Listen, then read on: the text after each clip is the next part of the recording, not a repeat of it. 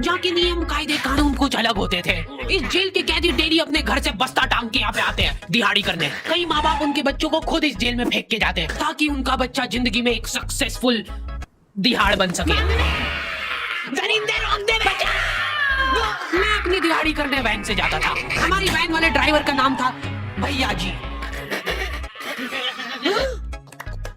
और उसकी वैन का नाम था मैजिक, जिसका हर दूसरे दिन टायर पंचर हो जाता था। बच्चे लोग स्कूल जाके पढ़ना सीखे ना सीखे टायर पंचर बनाना जरूर सीख जाते थे। लेकिन भैया जी से मेरा अलग अटैचमेंट था। उनसे मेरे को दिल से नफरत थी। ये आदमी सुबह 5 बजे आके मेरे घर के सामने हॉर्न बजाता था। अरे भैयू, ओए भैयू, जल्दी से तैयार हो जा बेटा, 5 मिनट में निकलना है फटाफट। 9 बजे का स्कूल है यार हमारा। लेकिन ये आदमी सुबह सबसे पहले आके मेरे को लेता था। उसके बाद हम 3-4 घंटे पूरे शहर भ्रमण पे निकलते थे। शहर के पूरे आखिरी कोने से बच्चे ले लेके आता था ये आदमी। जहाँ पे वैन जा भी नहीं सकती उधर कूदा कूदा के ले जाता था ये, और फिर टायर पंचर हो जाते थे। शाम पड़े वापस से हमको घर घर छोड़ के आता था ये। जिंदगी बर्बाद कर दी थी भैया जी ने मेरी। सबसे पहले लेते थे और सबसे आखिर में छोड़ते थे। लेकिन मैं फिर भी उसी वैन में जाता था क्योंकि चमेली भी हमारी वैन में आती थी। और बात यह है कि वो मेरे पास ही बैठती थी, मतलब मजबूरन। उसके पास और कोई ऑप्शन ही नहीं बचता था और मैं बचाता भी नहीं था। मैं घर पे जाते से जो 2-3 घंटे मेरे को सोने के लिए मिलते थे उसमें सोता नहीं था और मैं प्लानिंग करता था कि कैसे चमेली सिर्फ मेरे पास बैठे। चमेली सबसे आखिर में आती थी और मैं सबसे पहले सुनसान वैन में चढ़ के बस्ता अपने पास में रख के और फसर के सो जाता था। बाकी सारे बच्चे अपना बस्ता गोदी में रखते थे क्योंकि तुम्हारे बाप की वैन नहीं है। मतलब मेरे भी नहीं थी, पर मेरे ऊपर भैया जी को तरस आ जाता था कि बेचारा 5 बजे से आया है, तो वो सोने देते थे। अरे कैसे चला रहा है ये गाड़ी? रुक जा, गाड़ी चलाना नहीं आती क्या? देखो, आदमी इतना तभी चिढ़ता है जब उसकी जिंदगी में कोई लड़की ना हो। नहीं है ना? नहीं, मैं समझ सकता हूँ लड़की ना होने का दुख दर्द। मैं भी किसी जमाने में लड़कियों की तलाश में गली मोहल्ले भटकता था। फिर एक दिन मेरे पास से वो निकली। जैसे ही मैंने हैपन खोल के देखा उसकी आईडी मेरे फोन पे चमक रही थी। हैपन ये एक रियल लाइफ डेटिंग ऐप है। यहाँ पे तुमको वो लोग मिलेंगे जो तुम्हारे आस पड़ोस से निकले हो कभी ना कभी। 100 किलोमीटर दूर रहने वाले लोगों से बात करके फायदा ही क्या जब तुम मिल ही ना पाओ। और अगर तुम्हारी घिनौनी शक्ल देख के यहाँ पे तुमसे कोई प्यार मोहब्बत नहीं भी करता है तो तुम फ्रेंडशिप तो कर ही सकते हो फिर भी। So go and check it out happen. Link is in the description. लेकिन मैं सोता नहीं था। मैं आंख बंद करके चमेली के घर का इंतजार करता था। तो क्योंकि चमेली आखिरी में आती थी तो वैन पूरी पैक पुक हो रखी होती थी। बच्चे बाहर उबल रहे होते थे और मैं अपना बस्ता पास में रख के एक्टिंग देखो एक्टिंग। और जैसे ही वो आती थी, हड़बड़ाना नहीं, ऐसे टाइम पे हड़बड़ाते नहीं है कि फटाफट बैग उठाया और आओ इधर बैठो जल्दी। मत करना ये हरकत, भाग जाएगी वो। ठरक नहीं झलकना चाहिए जरा सी भी, एकदम सटल रखना है। क्या हुआ? और कहीं जगह नहीं है क्या? तेरे मुंह में मूत दूंगा मैं। अच्छा ठीक है, इधर ही बैठ जाओ। देख रहे हो एक्टिंग देखो तुम लौंडे की। न जाने कौन सी नशीली खट्टी मीठी खुशबू लगा के आती थी चमेली। आज तक उसकी खुशबू है मेरी नाक में। मैं वो खुशबू का पूरा मजा ले ही रहा होता हूँ, इतने में एकदम भभका बास आती है निगाह से। जैसे ही मैं बाहर झांकता हूँ, मरा हुआ कुत्ता पड़ा है वहाँ पे। एक काली कार शुक करके निकली और मेरे बच्चे को मार दिया। कैसे करके निकली? शुक। ऐसे नहीं निकली थी, मैं यहीं पे खड़ा था। वो कार आई थी और जैसे ही वो बच्चा नीचे आया तब वो खड़ा, वो बच्चा चिल्लाया और फिर कार करके भाग गई। उधर कुछ बच्चे ऑटो रिक्शा से भी आते थे स्कूल। ऐसा लगता था कि पूरे स्कूल के बच्चे इस एक ऑटो रिक्शा में ठूस ठूस के ले जाता है वो। ये ऑटो वाले और भैया जी दोस्त थे और अब ये बीच सड़क पे रेसिंग लगवा रहे। इनकी गाड़ियां उबला रही है बच्चों से, फिर भी नहीं मान रहे ये लोग। स्कूल जाके वो पीछे मुलट के देख रहा है तो एक बच्चा नहीं बचा उसके ऑटो रिक्शा में। हमारे भैया जी बेचारे पीछे से उनके गिरे हुए बच्चों को उठा उठा के ला रहे थे। ये सब हरकतें करके हम लोग जैसे तैसे कैद खाना पहुंच जाते हैं। सुबह 5 बजे से निकलने के बावजूद हम लोग लेट पहुंच रहे हैं वहाँ पे पहुंच के हमने देखा कि 4 लौंडे मरे हुए पड़े हैं जिनको डॉन ने मारा है। डॉन हमारे स्कूल की इंचार्ज थी। डॉन का कद छोटा था और पेट मोटा था और आश्चर्य की बात यह है कि समय के साथ उसकी हाइट कम हो रही थी। मतलब बड़े नहीं बड़े वो चलता है एक बार को, पर इसकी कम हो रही थी। डॉन बहुत स्ट्रगल करके कार से स्कूल आती थी खड़े होके, क्योंकि बैठ जाए तो उसको सामने की सड़क नहीं दिखती थी। वो अलग बात है, खड़े होके भी पूरा नहीं दिखता था। हर रोज 2-4 कुत्ते कुचलते हुए आती थी वो। फिर मेरे को समझ आया कि रास्ते में जो कुत्ते दिखे थे वो डॉन इस कैद खाने में छत पे बैठी रहती थी स्नाइपर लेके। कोई भी कैदी कुछ गलत गतिविधि करता हुआ दिखता था तो वहीं पे, मैडम इनकी लाश का क्या करना है? अरे ये तो आपको पता ही है। कहाँ रह गए थे यार जम्मू दीदी? फटाफट ये खून वून साफ करो।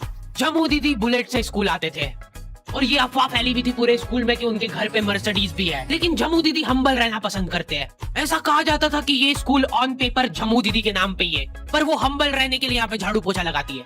वैसे मैडम, इन्होंने करा क्या था? गैर कानूनी पेन फाइट का सट्टा खेलते थे ये लोग क्लास में।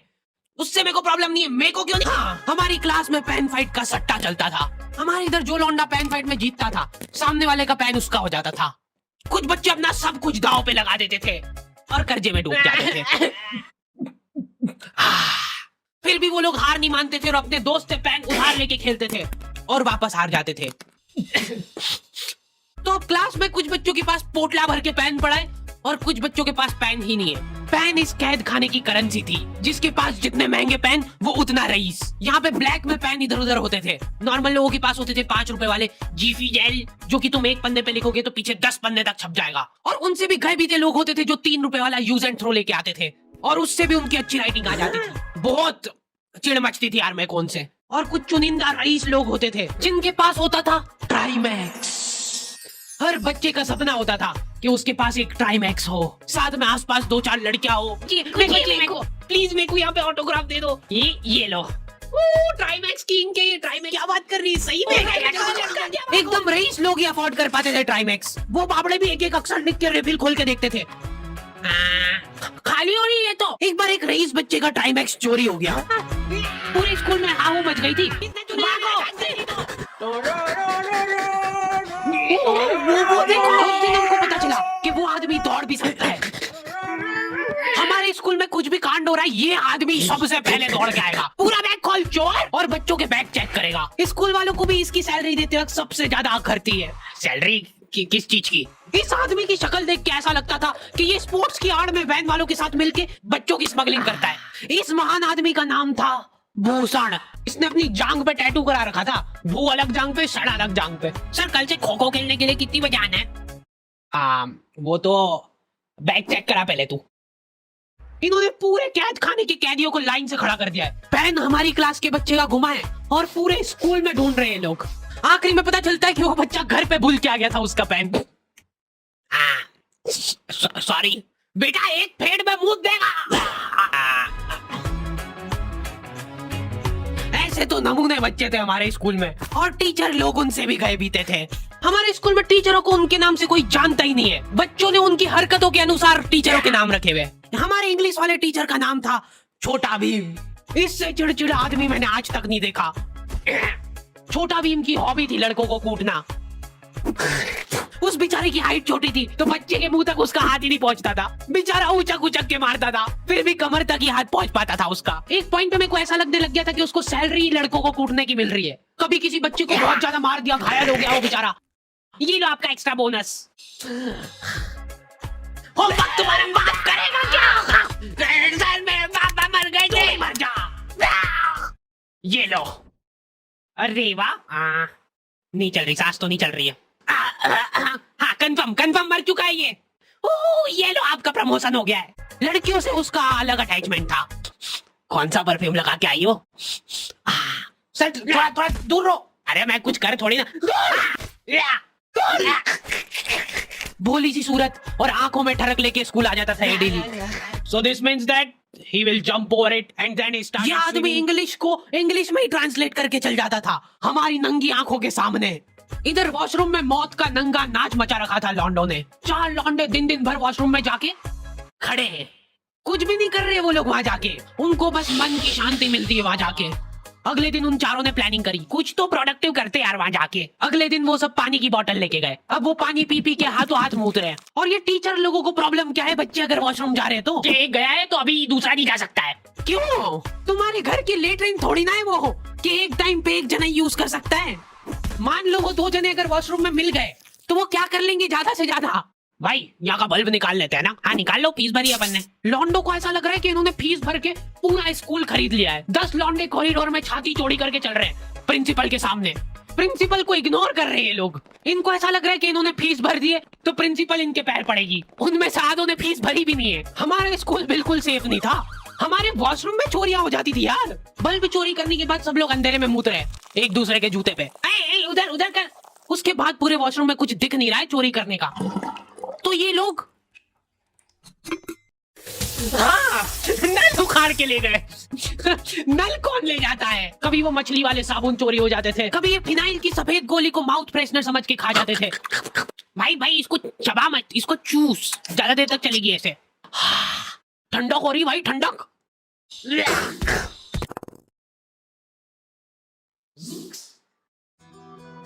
ओके, तो द एंड हो चुका है।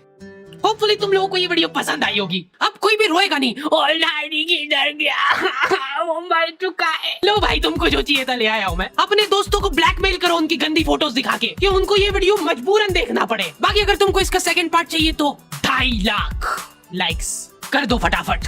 और हैपन चेकआउट करना बिल्कुल मत भूलना, लिंक मैंने डिस्क्रिप्शन में डाल दी है। मिलते हैं नेक्स्ट वीडियो में।